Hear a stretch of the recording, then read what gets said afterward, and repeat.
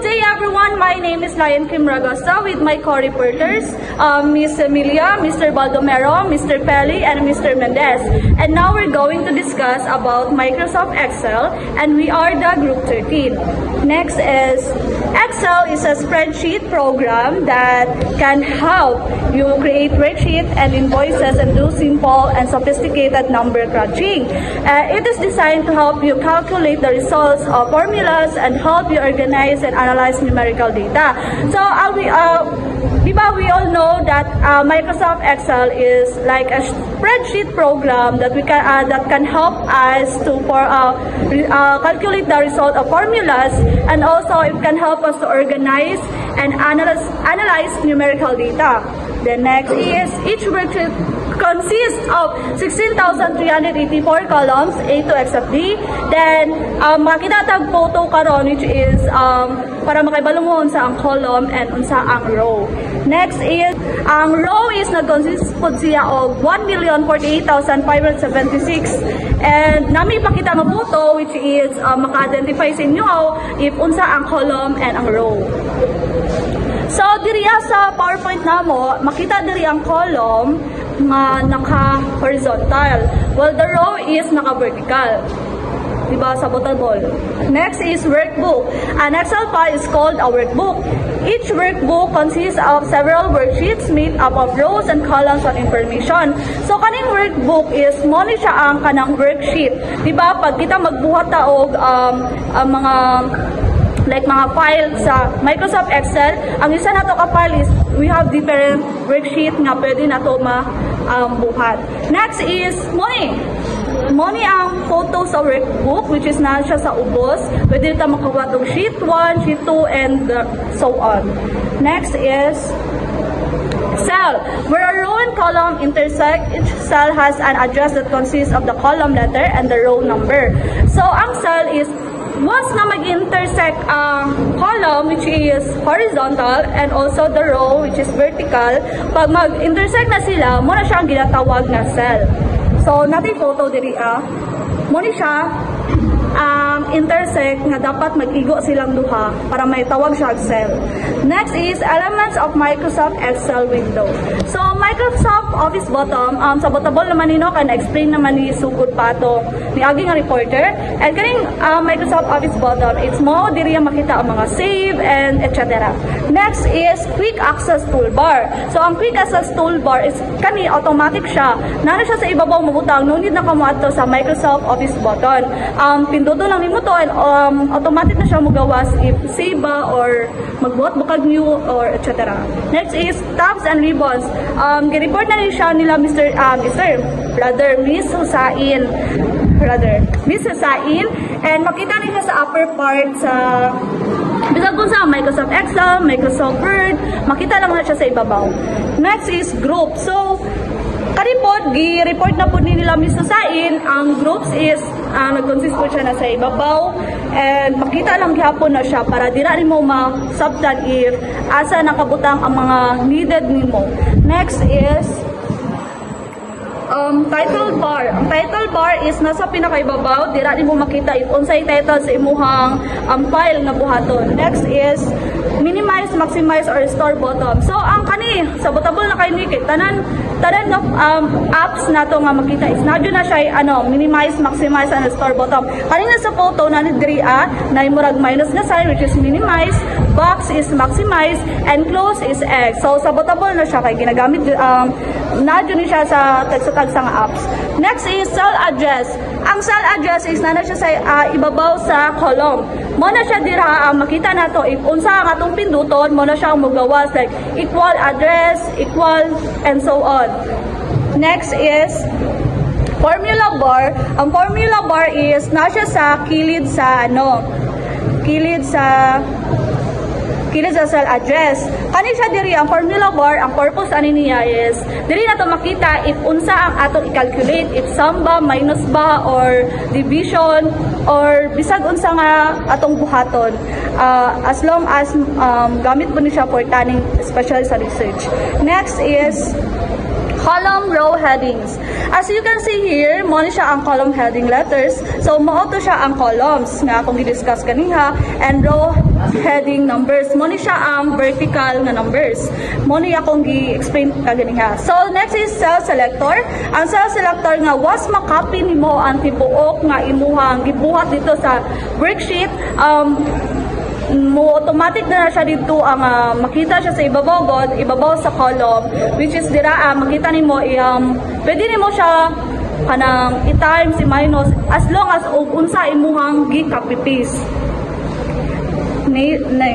Next is worksheet tabs. So worksheet tabs kay makita ni siya sa once na, for example pag i-shift mo F11 mugawas dito ang kanang tab sa worksheet. Muna dito makita rin mo nga mode to copy, delete, insert na, or pwede po automatic lang siya mouse imong gamiton, mag double click ka sa right side and also automatic na siya mo select if unsa gusto nimo i-select. Next is entering data into the worksheet, understanding Excel data types. So first is label. It called the label because it typically provides descriptive information such as the name of person, place, or thing. So kaning label is more on information siya. So once ka magbutang kag pangalan dito, then gusto ka nga daghag buhaton, like automatic na siya kanang murag nakay buhaton god, like for example name lang sa ninyo ang ibutang, then gusto ka nga automatic na mabutang sa pikas ang inyong surname. So pwede na ninyo mabuhat, explain na nila later unsa. Next is values, entries such as number and dates that have numerical significance. So mo tong gingon ganihan nga kaning Microsoft Excel is very important because mao ni ginagamit for us to have kanang naga-calculate tag mga numbers para mapadali ato ang pag-calculate. Next is performing simple calculation, understanding Excel formulas. So formulas, as you can see here sa PPT na ay diba? C equals C3 plus D3 niya divide og 2. Mo ni siya ang kanang simple, kanang mga sample nga simple formulas, like diba once nga ipilion nimo ang column nga letter C, then mo pili kag column row nga number 3, then diba mo intersect na sila, mo automatic na siya dira if ever nga mag-add ka or kanang sabi sa imong buhaton division or. So kaning mathematical operators mo ya kung gingon ganiha nga plus, asterisk, minus, equal, and so on. Sabotable na kanapan atong elementary. Next is using relative and absolute cell addresses. Okay, next is Miss Emilia. Using relative and absolute cells, a cell's reference is a formula that remains constant when copied to a new locations. You indicate an absolute reference by using dollar signs. So relative reference, a cell reference is a formula that changes relative to the positions where the formula is copied. For example, if you copy a formula with the reference A1 to a new cell, it may adjust to B1 or another relative locations. Performing a calculations with functions. So the sign, this indicates that what follows is a function or formula. Every formula begins with equals the function's name, these specifics the operations to be performed, such as sum for adding values. So a list of cells addresses, these are the cells that functions will act upon enclosed in parentheses, where example A1 H1 refers to the range from cell A1 to H1. So some functions can include multiple sets of cells addresses separated by commas, like A1 B1 H1. So commonly average Excel's functions. So average, example, average B4, B9, calculate the mean or average of a group of cell values. So count A3, A7 counts the number of cells that hold values in the selected range or group of cells. This can also be used to tell how many cells are in a particular are in column, which tells you how many rows. So if A3 1,000 bonus, no bonus, all allows you to do places conditional functions a cell in this example if A3 is greater than or equal to 1000, the true value bonus number A3 is less than 1000, the false value. So max B for B10 and returns the maximum values in a range of cells. Range mean B for B10 returns the minimum values in a range of cells. So sum A1, A10 calculate the total in range of cells. So moving with the worksheet using the keyboard, to move up one cells, press the up arrow key. To move down one cell, press down arrow key. To move right one cell, press the right arrow key. And to move up one cell screen, paste the page leaf. To move down one screen, press the home. To move cell A1, press the CTRL plus home. To move last occupied cells to the right arrow and right arrow cell. Changing how numbers and text look. Currency style formats numbers as currency.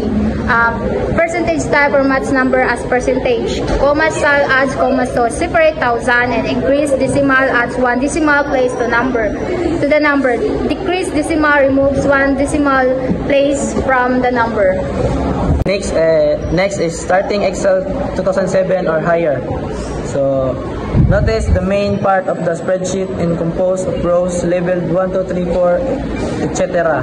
So and column labeled A, B, C, D, etc. There are a lot of rows and columns in the spreadsheet. The intersection of each row and column is called a cell. In the image above, the cursor is on the home cell A1. Notice row 1 and column A are bold and colored orange. This indicates what is called the address of the cell. Notice right above cell A1 that A1 is displayed in a small box called the name box. Whenever you click on a cell, address of the cell will be shown in the name box. Next is the spreadsheet is the number manipulate. I'm moving around the spreadsheet. So you can move around the spreadsheet or cells by clicking your mouse on various cells, or by using the up, down, right, and left arrow movement key on the keyboard, or you can move up and down by using the elevator bars on the right and bottom of the spreadsheet. Go ahead and move around the spreadsheet. Hold down the down arrows key in the keyboard for a second. Then click on a cell. Notice how the name box always tells you wherever you are.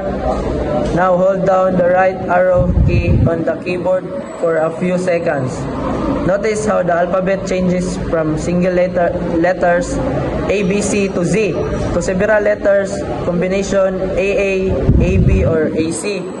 There are hundreds of columns and thousands of rows in a spreadsheet. Anytime you desire to return to the home cell A1, simply click in the name box and type in A1. Then tap the enter key and you will go to cell A1. You can go to any cell by this method. Simply type in a row and column, tap the enter key, and you go to the cell. Next is cell or type in. So now we'll continue entering text and data. We think that creating a simple personal budget would be a logical way to show you have a spreadsheet works. Move to the following cells and type in the information indicated. You can click on each cell and type in the entries. So next is the format cell. So a sub-menu with a caption format cells appears. The right click will always bring up a menu that is tailored to the place where you click. This will work in any microscope Windows product. You can always tell where you click the right mouse button, for the cursor arrow will always be in the corner of the menu. So pag makita daw nimo diri, pag ipinduton daw nimo right click sa mouse, mugawas ni siyang ingani nasa diri sa PPT. Tapos mangitaon nimo ang format cells, tapos i-click lang nimo ang format cells, mugawas na. Okay. Widening columns. You probably notice as you type in the numbers, some of the words were just too wide for the default cell width. Let's widen column B to take care of this. So slowly move the mouse around to the right edge of the B cell between the B and the C. The cursor will turn into an arrow pointing right and left with a small vertical line in the middle. So pwede daw siya nimo i-drag if matabunan ang imong gi-type. Pwede nimo siya i-drag pa right para makita. So as soon as you start to drag the mouse, adapted vertical line will go down and spreadsheet, and it will move as you hold down and left button and drag the mouse to the right. Keep moving your mouse to the right until you are past the widest word. So aligning cells. So naa siya duha ka formula kung sa pag-alignment. Una, kani natay makita nga ingani mugawas. Pinduto na to ng alignment. Tapos ipa-center na to. Panapon to isa ka traces katong automatic na. So, ang horizontal ug vertical ato siyang ibuta sa center. Okay, so saving spreadsheet. Sa pag-save na to, pinduton na to ning office button.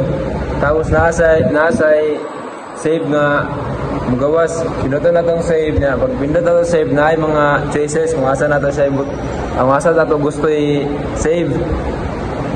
So aning saving spreadsheet Microsoft Office button. So pag pindot na to save as, nasa imong gawas ngani. Nya pag pindot na to sa my documents kay magawas ato mga gipang save. Nya kani pindot na to ning mubutan na tag name para mailan na to kung sa atong gi-save. Nya i-save na nato. Exiting spreadsheet. So pag pinduton na to pinduton na to balik ang office button niya. Nasa duha ka choices. Exit Excel o Excel options. Pag pindot na to sa Exit Excel, kung napakay mga gibuhat nga wala pa na save, magpa-remind. Nasa imong gawas nga reminder. Next is type in method, which is as you can see here in the picture. So pag kani siya diri gi-add ni mo nita ng may colors and equal siya diri sa ubos. That's why pag once nga ma-enter nimo na ang imuhang gibutang nga spreadsheet diri sa ubos is mag-equal na siya. Mao ning very ka important sa Microsoft Excel. It's because mapadali ang imuhang calculating. Next is money ang division and division. Money siya ang mga sign. Next is point method. Money siya ang point method kay like muto kung giingon ganiha nga what's nga ma-add ni mo na tanan is mag-equal na siya. Next is function method. Ang function method kay diri mo automatic nimo kita ang mga kanang like sum product or anything para mapadali ang imong pagpili what types of calculating nimuhang himuon. Next is arrow key and anchor method. So a keyboard arrow keys move to cursor to cell. So kani siya is like i-move nimo ang cursor sa cell kung asa imuhang i-add. Next is mouse method. Click and hold on the left mouse button, move, drag the cursor down to cell. So ang purpose of mouse is for you to click and also double click the left side or right side if unsa imuhang buhaton regarding unsa imuhang gina point nga sa imong cursor. So, proceed na sa functions. So, sa functions, there are a number of formulas built into Excel like sum. These formulas are called functions. So, para ma-access naman siyang insert function, kay pinduto naman siyang formulas na button, and then magawas na siya ang insert function sa upper left. Then, pisilitan naman na siya ang insert function para magawas po ni siya search for a function. And then, mag-search ka diya if unsay mong gusto na function na gamiton.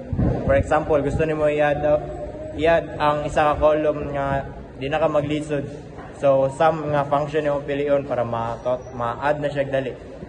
Then, the insert function menu screen will appear. And then, pisliton mo siyang so, pag maka-search na ang function, pisliton mo siyang arrow nga pababa sa right corner para makita nimo siya ang mga functions na available na pwede nimo gamiton. And then, pisliton nimo ning all para makita nimo tanan. Then, the select a function menu will look like at the image below. So, inani.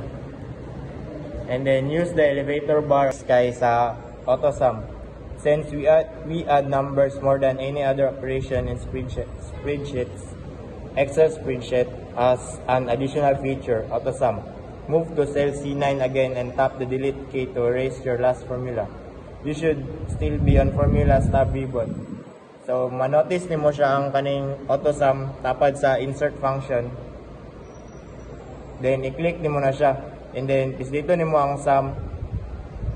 Then, katong naka-highlight na color ganina kay ma-automatic na siya ma-addanan. So, mo na siya ang function sa AutoSum. So, notice that the cells you logically desire to add have a mark around them, and the sum function is displayed in cell C9.